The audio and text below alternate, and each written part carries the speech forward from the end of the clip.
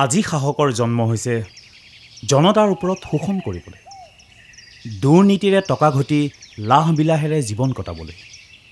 সেয়েহে কবিয়ে ক্ষোভেৰে কবিতাটোত কৈছে, যেতিয়ালৈ আঁতৰি নাযায় শাসকৰ দুৰ্নীতি, তেতিয়ালৈ জানিবা তুমি দেশৰ নাহিব উন্নতি। ভাল কামত হাত দিলে শত বাধা পৰে, শিক্ষা বিস্তাৰৰ দৰে ভাল কামতো আগভেটি ধৰে। এজনৰ ঈৰ্ষাৰ বলি হয় শত সহস্ৰজন, এনে কূটনীতিক দমাবলৈ জাগি উঠা হে জনগণ। কুটবুদ্ধিৰ লোকক যদি দমাব পাৰা, সৰ্বতো প্ৰকাৰ উন্নয়নে আমাক দিব ধৰা। প্ৰতিবাদৰ বাবে অস্ত্ৰ হ'ব একতা আমাৰ, একতাত থাকিলেহে মংগল হ'ব তোমাৰ।